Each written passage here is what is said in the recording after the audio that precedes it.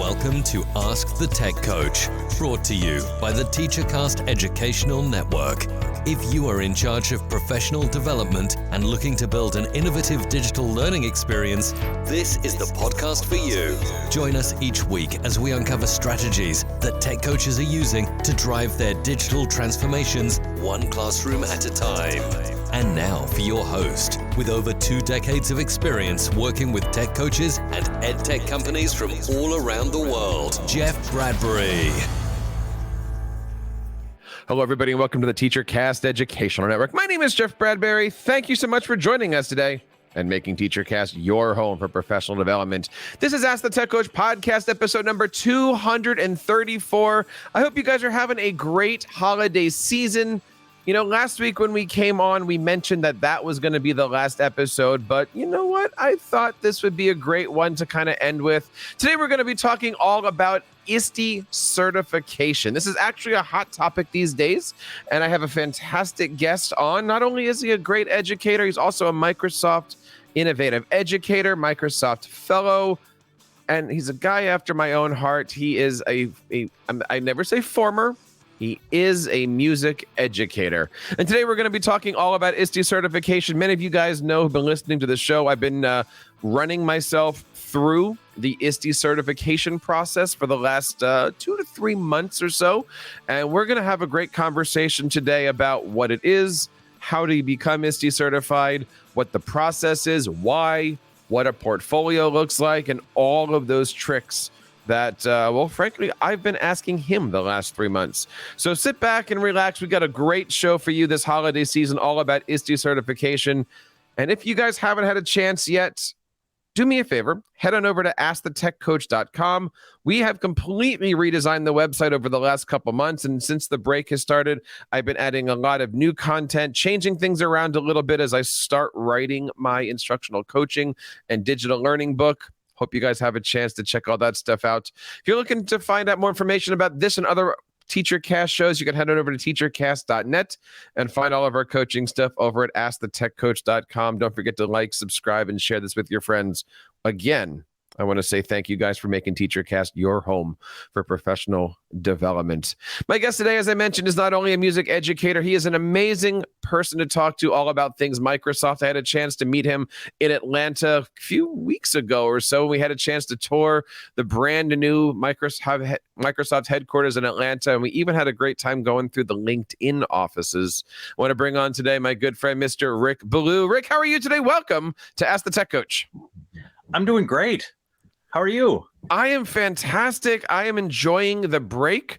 I'm looking forward to this coming year. A lot of great stuff happening, but you know, I got to tell you, this week I'm spending a lot of time with the kids. How was your holiday? Oh, great. Good. My kids are older than yours, so I get to more spend time hanging out in the same room with them while they're on their phones, but so am I, so I can't really say anything about that, but it was good. Very, very cool. Tell us a little bit about yourself. I mean, I kind of gave a little bit of who you are and what you're doing here, but you know, music and technology and Microsoft. Tell us a little bit about yourself. Okay. I started teaching in the 1900s, 1998. I began as a 5th grade instrumental music teacher, which sounds super fancy, but it's a beginner band teacher. The way my school district does it is every 5th grader is required to play an instrument, which is cool. The issue is it was only me and one other full-time educator, so one more FTE would go to all 10 of our elementary schools, 2 buildings a day, 5 days a week. And she would see all the string players, I'd see all the band players, and we see every single student. So as I started in the 1998, we did a lot of things on paper and pencil. And then eventually my school district adopted Google.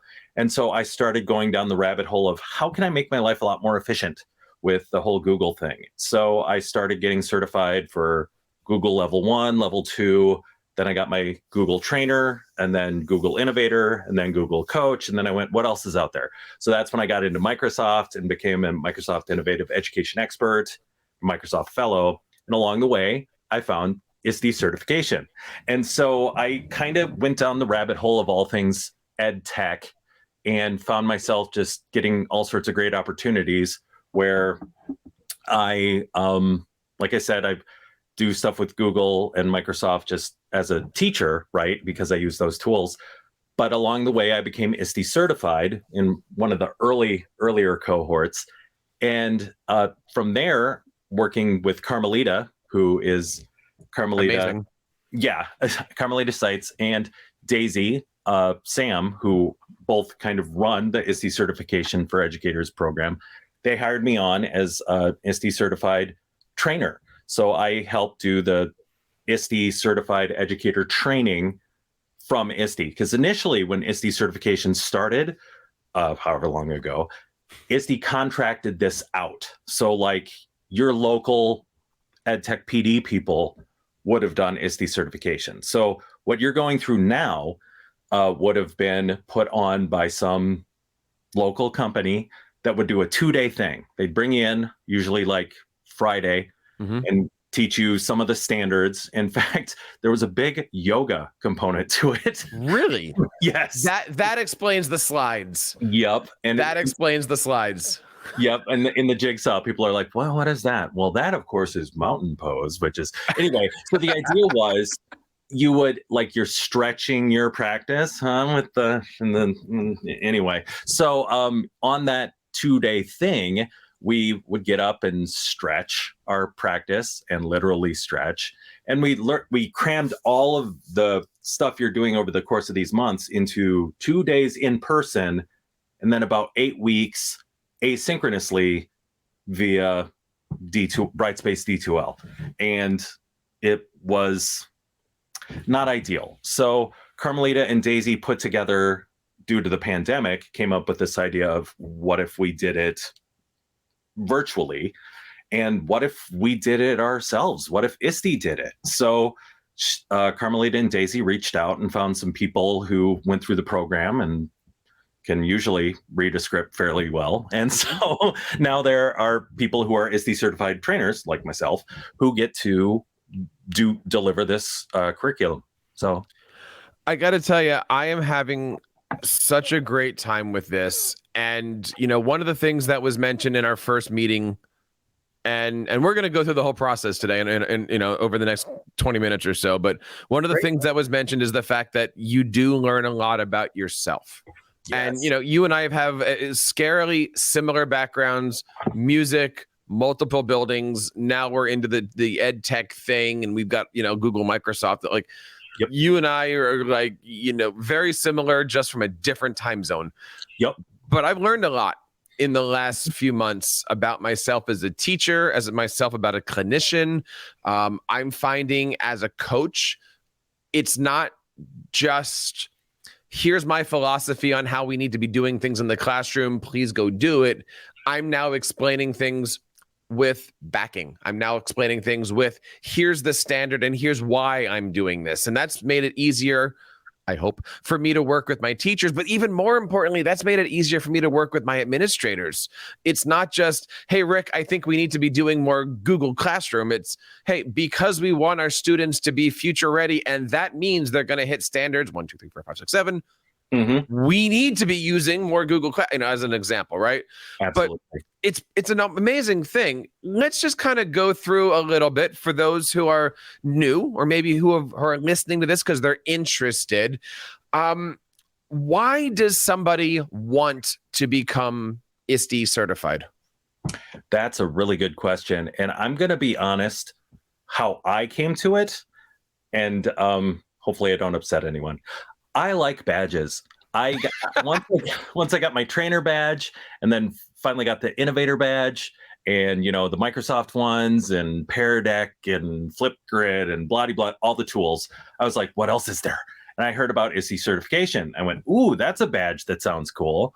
Then I got into it and went, what did I get myself into? But along the way, I realized that it's not just a badge. It's like a whole philosophy that really supports all forms of modern teaching. And so it was something that I was able to say, yeah, for sure. I'm Pear Deck certified or whatever, right? I have the badge for, I don't know, name your tool, but that's great. But with ISTE certification comes the understanding that I am a certified educator in the ISTE standards, and the ISTE standards can be used for any subject matter, teaching at any level. So that is really what I've been able to use as like my backstop, and to, no matter what kind of teacher I'm working with, I can say, I love that you're hitting this social studies standard. I'm really happy you're getting these math standards, but let's look at something that could enrich your teaching. And the ISTE standards do that. And I'll tell you one thing here. I kind of joke about this often and say things like, if you have 10 tech coaches in the room, there's 25 job descriptions. Yep. And when you're badging and you are Google certified, Microsoft certified, Edpuzzle certified, you name it, you are a tech coach. Yes. But with ISTE certified, I mean, yes, technically my role right now is instructional coach for digital learning. But with this certification and with the stuff that we're working on, I really am starting to feel for the first time in 12 years like an instructional coach. Right. And maybe that's the 15 years as, and I'm going to say it, Rick, I'm sorry, just a music teacher. I've been there. Right? Like, I don't have experience with fifth grade. I don't have experience teaching Mesopotamia. But through these experiences, you're like, oh, no, we're good. It's those kinds of things. So, and I agree with you, right? There's many reasons to do this. For myself, I've been to ISTE for 10 years now, and in the last couple years, it's always been if you're ISTE certified, these things can happen, or you are able to do this activity, or you're invited to, and there's all those different things. But I'm also seeing now, if you want this experience outside of ISTE, it's good to have as a badge, for instance. For sure. 10 years ago, if you wanted to become an instructional coach, you kind of needed to be Google One or a Google, something like that. And now it's no, if you want an instructional coaching job, this is the badge to get, because everybody's a Google level 1. Right. Everybody's an MIE, right? But how many fellows are there, and how many 15, and how many ISTE certifieds are there? And I don't know all the numbers, but I remember the last time we had a meeting, Carmelita mentioned that there's something to the effect of like 1,300 total people, and I think they're trying to onboard like another 950 or something like that right now. Like, it's basically like you're trying to double the number, the program, and that's awesome. So we know a little bit about why you would want to do this, and let me just stop right here and say, this has to be personal. Yes. Right. Sure. I'm fortunate. I'm lucky. Like I've got a whole 2 cohorts of my district going through it. There's a whole thing in Connecticut of let's get people ISTE certified. I know our good friend Ashley McBride down in North Carolina. She works for the NCDOE. She's doing a whole thing on how do you get people into ISTE and get there's a lot of these movements. But I want to say this at the top of the show. This is work. This is a lot of stuff. You have to want to do this. You have to want to spend, and this is what I'm doing, 6 hours on a Sunday getting your homework done. Yeah. And we'll talk a little bit about that as we kind of go through here, but you got to want this. This isn't like go take a test or strike a yoga pose and do this. For sure. So we talked a little bit about why, how. If somebody as a person wants to be ISTE certified, how does that happen? Do we sign up? Does it cost something? Do I have to do something with my school? Does my principal have to approve? How does one start the process? That's a great question. When I went through it, I did it myself because I'll say it too. I was just the music teacher. I wanted to get all these ed tech badge things, but I was just the music teacher. And so I found the closest one, which at the time I'm in Minnesota. The closest one was St. Louis. So I paid them METC, I think is who they were. I paid them whatever it was at the time and drove myself down there and did the 2-day course and drove myself back. Paid for it again out of my own pocket. I didn't need approval from my district because I did it on my own time with my own money. But nowadays, sadly, no. But now these days, school districts are doing it for their employees. Like I helped to lead a cohort with Clark County, which is in Las Vegas. And that Clark County is enormous. And there were probably about 50 educators who went through that. I'm doing a cohort now with Oklahoma, and that's split between 3 of us, 3 trainers, and it's an online school district there. You, like you said, are doing it with Connecticut and your school district. So it helps to get district approval and then for them to foot the bill, which that's nothing to sneeze at. What is that bill while you're bringing that up? That's a really good question. I don't know for sure. It's north of 8. I think it might be around 850 when Something I paid for it, because it used to be farmed out to different companies. Each one had their own pricing model. But I think for ISTE, the virtual one, I think you're right. It's probably around 850. Yeah, that's nothing to sneeze at, right? That's not a $25 fee to do the Google level 2, right? So it is a business expense. Mm-hmm. Yep. You can certainly write it off. Like it's all those kinds of things, but you have to want to do this. Right? Oh, for sure. It's when I got my certification, I was also going through a second master's program because again, you can't just end with one master's. I'm so glad I'm finished with mine before I started this. Well, it worked out because I ended up kind of double dipping, so to speak, because I'd do something for my master's program and go, this I could do this for ISTE too. So I was already in the mindset of doing the homework. But if I wasn't in the mindset for this is you can get master's level credit for this. So Yes. it is genuine work, and it really makes you examine your own practice and not just the cool, I use the shiny tech tool, but the why. Why are you using the shiny tech tool, and what purpose does it serve? So the current program has nothing to do with yoga, although I got to be honest, and I love the slides with the yoga poses are still there. The way that the current program is set up, it is what would you say, 8-9 months like that? It's 2.5 months of meetings. Yep. Right. It's 5 synchronous meetings, 1 asynchronous meeting, which the first asynchronous meeting is really just like the paperwork, just kind of getting yourself in and asking questions. But it's 5 meetings.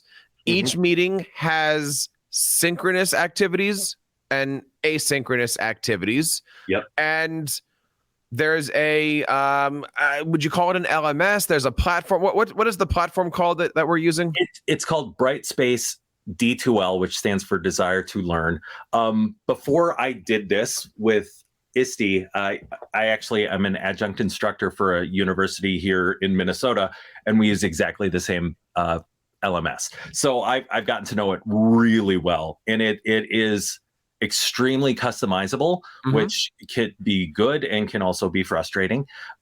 Every time I've been a trainer through ISTE, we've tweaked the user experience for the learners every single time, and I would say it's getting better all the time.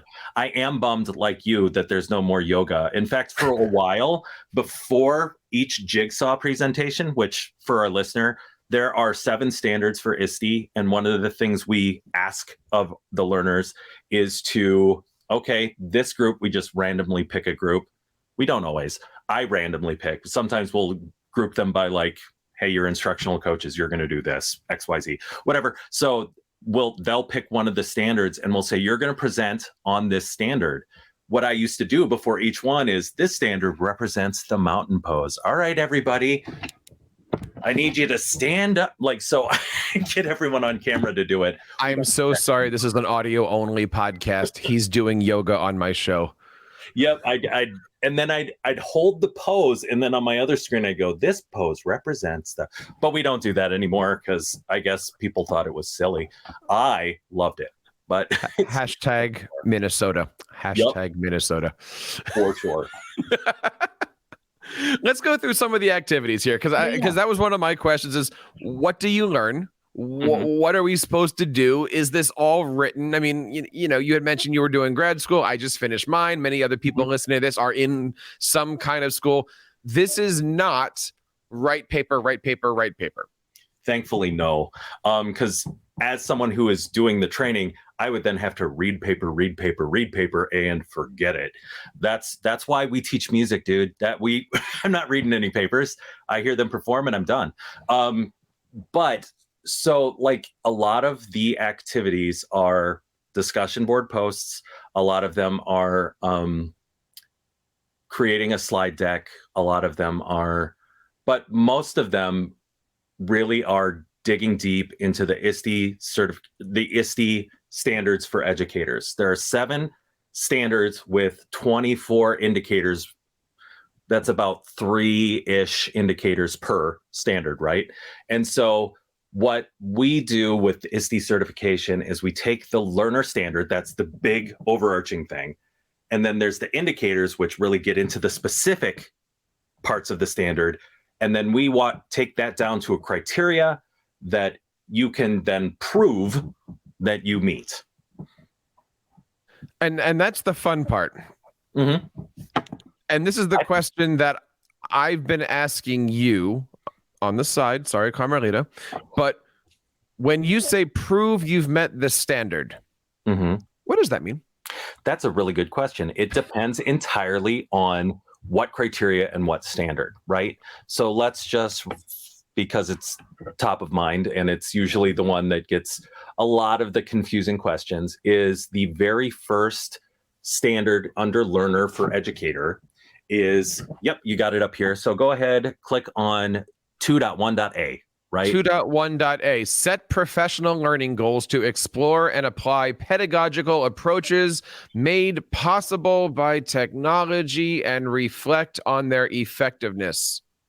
That's a big old word salad, right? How do I do that? How do I set my, but then how do I prove to you that I've set mine? Do I get my boss to sign a piece of paper? What does that mean? How do I prove to you that I've set these goals? Well, and just setting them doesn't mean that you achieve them, right? We want to see that you are setting the goals. So the idea is we take that standard, that indicator, and bring it down to sets professional learning goals.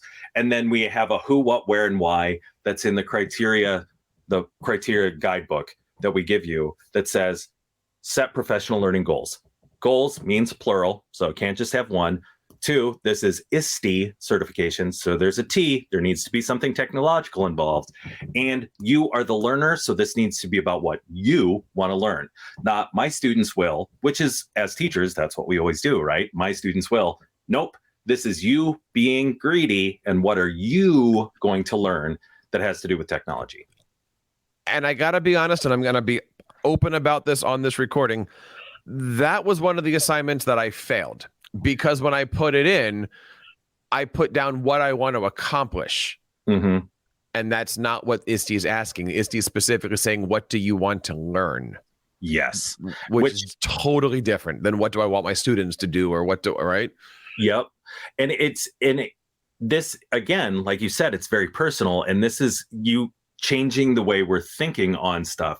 As this one is the hardest one for a lot of teachers because it's requiring you to be selfish. And that's not something educators do naturally. And so it's one of these things where it's like, look, we get it. You're all about the students. Love that. Love that about you. However, what are you going to do to make your practice better? What do you want to learn for you? And if you look at my report card now that we've gone through all 5 weeks, I've got hundreds on everything but that one. And as you said, like, I'm so, how can I help? And this is the, no. What do you want to do?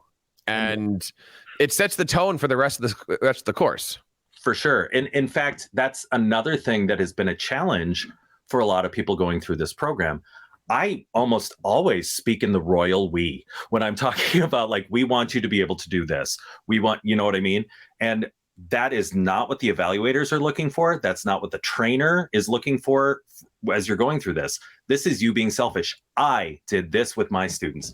I achieved this by doing X, Y, and Z. You are probably part of a team, right, that does all this stuff, which is cool, but that's not what they're looking for in this.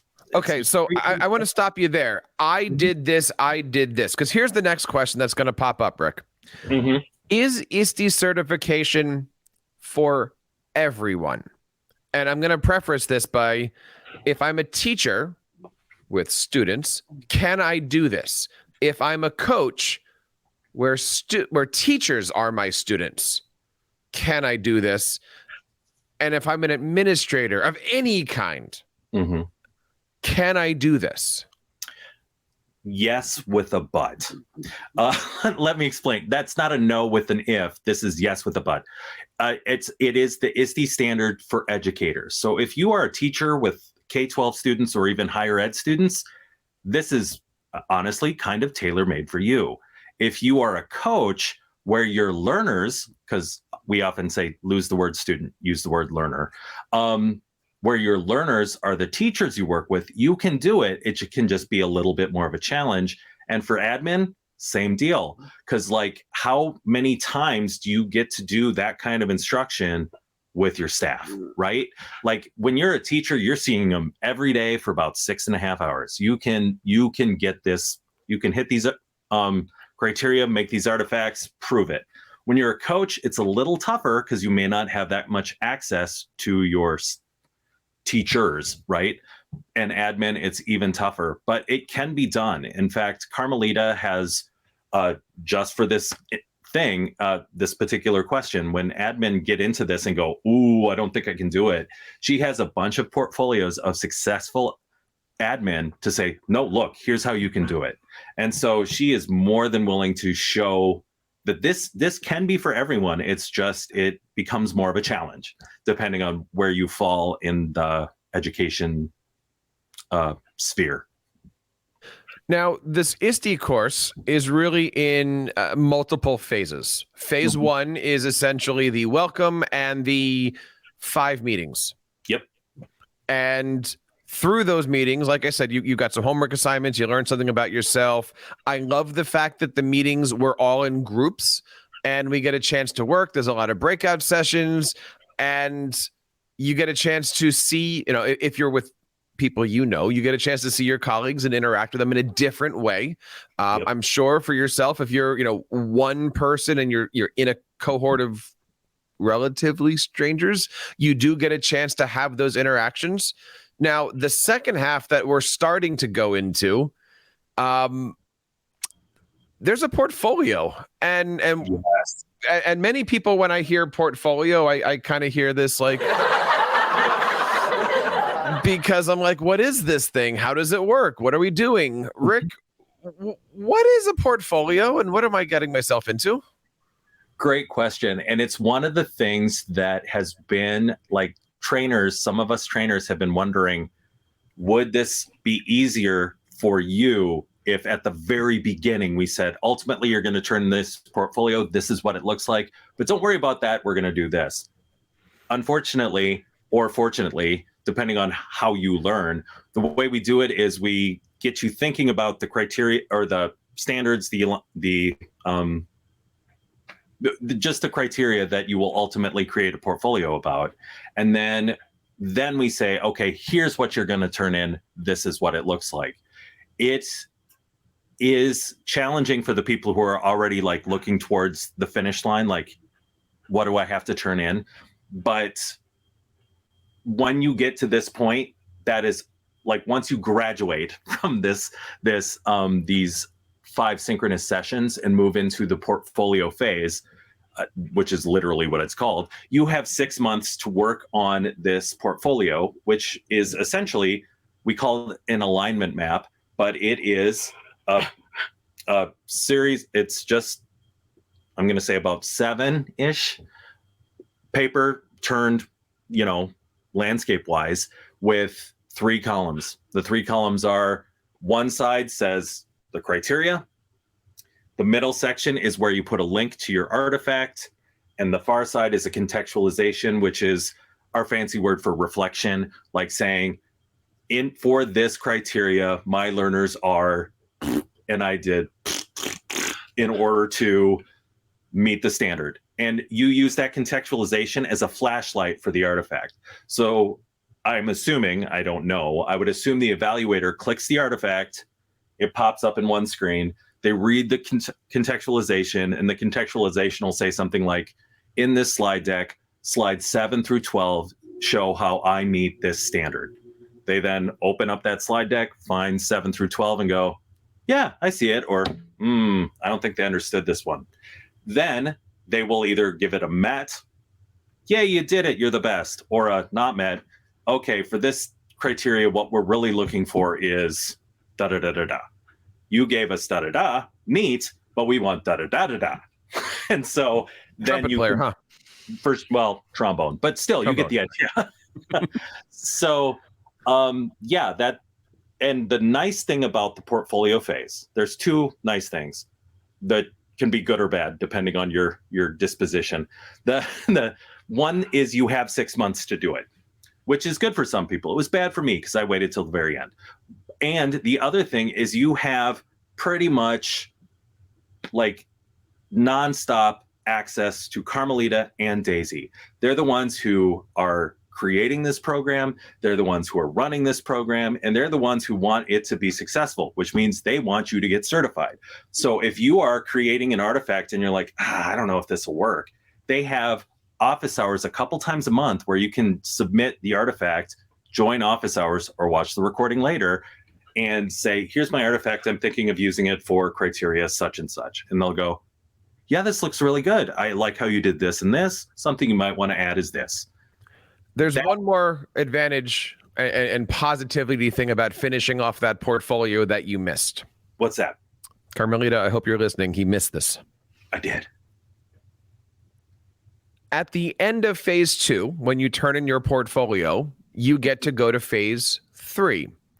Yes. And phase 3 is this glorious, amazing educator community. And then you start to work on, stop that. And then you go into working on your recertification. And Rick, the best thing about being finished with the portfolio is you never have to make another one again. Amen. Hallelujah. One more time. Totally.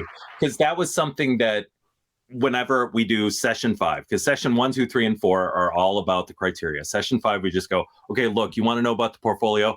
This is everything you need to know about the portfolio. You got questions? I got answers. Ask me about the portfolio. One of the things that it talks about is how long does this certification last? And we say, it lasts 3 years. And the looks on faces of like, I got to do this again? And we're like, no. No, you never have to do another portfolio ever again. For recertification, you get to interact with the ISTE Certified Educator community. And that is where things get really cool. So you earn points for doing different activities within the ISTE Certified Educator community. So you get points for doing demo slams. Those happen once a month at 2 different times during the day. And that's where you'll come at, like, there'll be a theme. What is a tool you like for evaluation? And you have 3 minutes to do, I use Pear Deck for evaluation. Here's why, here's how, boom. You have 3 minutes to do that. And that was my dog. Sorry. She's sitting in my lap. And again, I'm talking, so she's going to bark. But so yeah, you get points for presenting on that. You get points for attending that. Then there are other fun things, like there was a team up with Adobe. So if you created some stuff for Adobe using Adobe tools, that was worth a ton of points. So there are all these. There was another one with ISTE teamed up with NASA and NASA Education, and you got to create lesson plans using some of NASA's resources. Again, this then creates content for other educators to use and you to use as an ISTE certified educator, but then you get points towards recertification. So it's just this really neat opportunity to then work with, like you said, about the 1,300 people worldwide who are ISTE certified.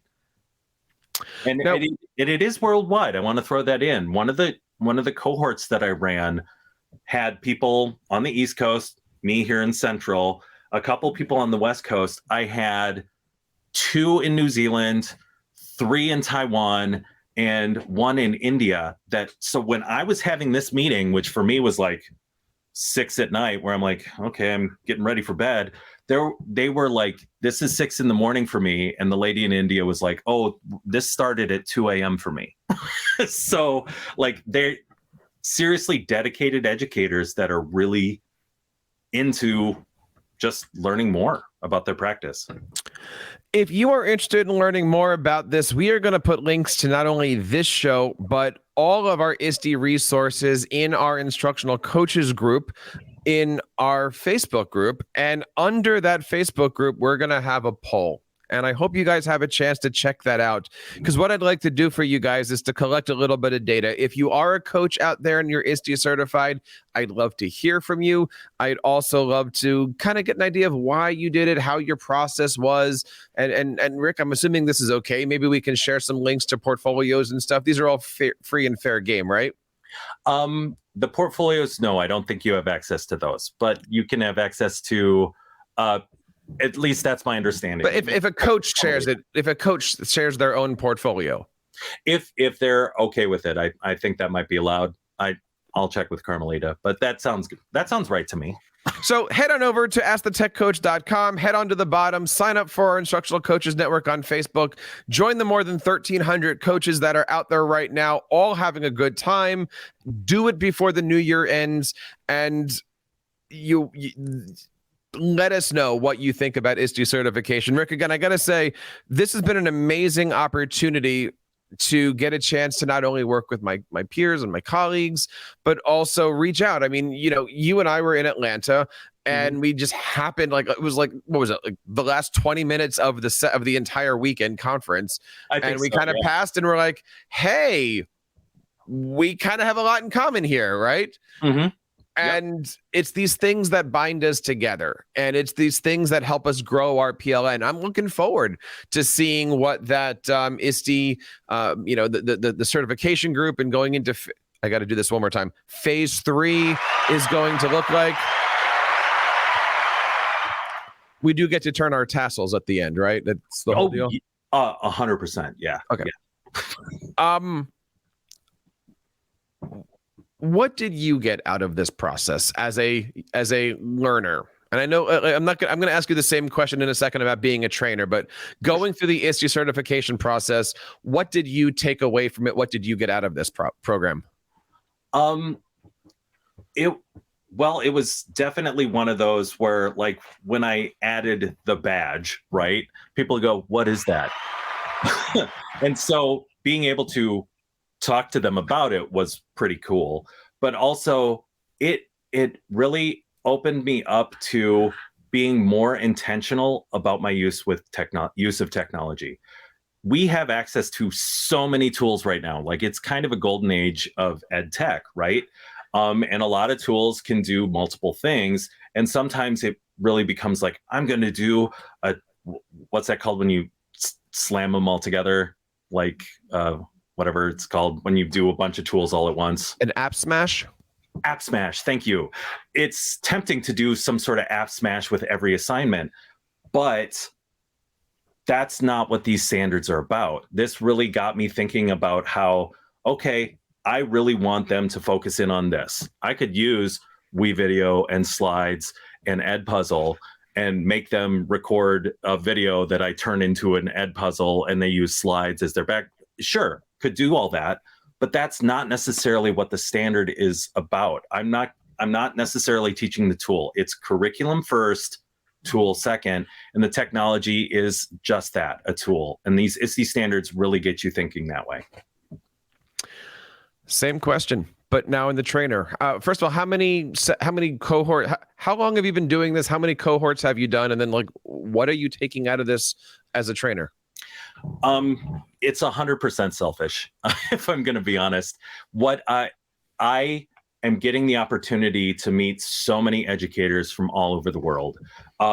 like when the pandemic happened, I got kind of deep into the global GEG world, right? That many of the trainers probably have heard of.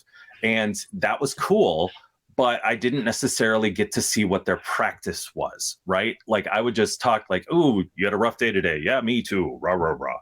But this, by doing these different cohorts, and at this point, I really like there's a few trainers that are out of control, like Tara Schneider. She has done a billion, maybe. I might be exaggerating, but she's done a lot of the cohorts. This is probably 8 or 9 for me cohorts that I've done. I try to limit it to maybe one a quarter, as it were, because there's a lot of work involved with the grading. But I get to see what teachers are doing all over the world, and it has really been eye-opening, and also has really helped my practice. I now am a computer science teacher at a middle school. Went from beginner band to now computer science at a middle school, along with doing adjunct instruction at a university. And I'm getting all these great ideas from the people in my cohorts. Like I would not have been using half the tools I'm using now had I not heard about them through the cohorts that I'm leading. So that's been, again, super selfish, but I'll take it. It's really given me some great ideas. I want to pause here and bring up one thing that just should be said. These cohorts can happen during the school day. Yes. But they don't have to. You and I have had this conversation. You can get yourself into a cohort that might run 6 to 8 in the afternoon. Yep. Those are the only ones I teach. So that's part of what's been limiting for me. And also, if we're doing an international one, there have been a few that are like, "Hey, are you willing to do a 5 to 7 Saturday morning?" Absolutely not. No. But there have been like, the cohort I was doing yesterday was 4 to 6 for me. That was an Oklahoma cohort.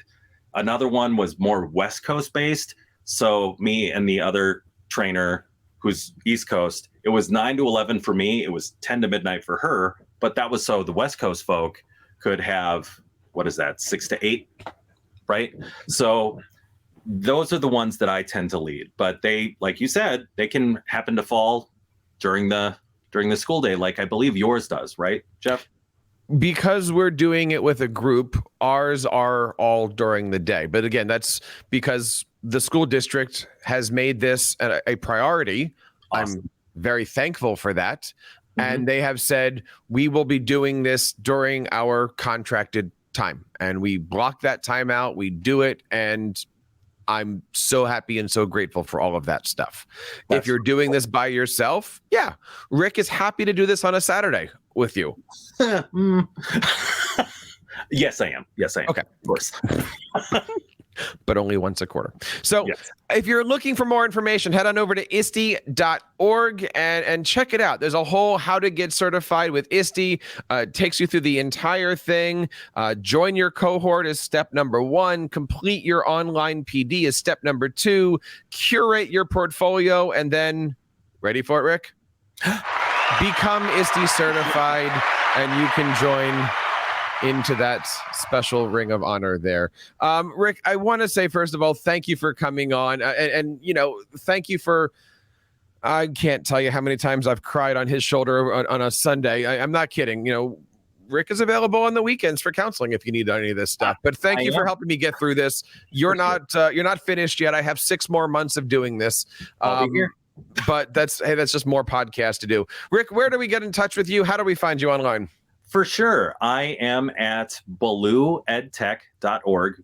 So that's my last name, Ballew, EdTech, EdTech. I think I got that right. .org. I'm also at Ballew EdTech on Twitter. Those are basically my 2 places that you can find me. Yeah, that's. And where do we get a hold of the dog? The dog I'm trying to keep a hand on at all times so she stops freaking out. But yeah, there are no promises there.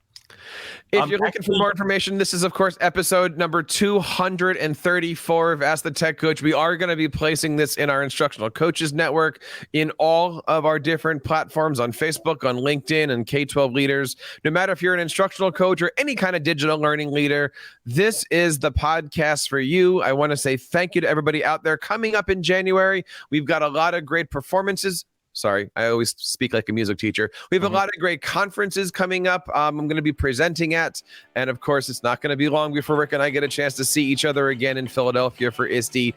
I'm looking forward to a great year. Rick, one last time, thank you for coming on. And Carmelita, Daisy, thank you for a great session. And if you are out there doing ISTE certification, write me an email. Would love to hear from you guys. Jeff@teachercast.net. And that wraps up this episode of the Ask the Tech Coach podcast. Hope you're having a great time, a great holiday, and taking some time for yourself and for your family. It's going to be a long next couple months. And if you need anything, we are here for you. So on behalf of Rick and ISTE and everybody here in the TeacherCast Educational Network, my name is Jeff Bradbury, reminding you guys to keep up the great work in your classrooms and continue sharing your passions with your students. You've been listening to Ask the Tech Coach, hosted by Jeff Bradbury of the TeacherCast Educational Network. Please reach out to the show with all of your questions on Twitter @AskTheTechCoach or online at www.askthetechcoach.com. Be sure to subscribe to our podcast so you don't miss any future episodes. And please take a moment to write a review in the App Store.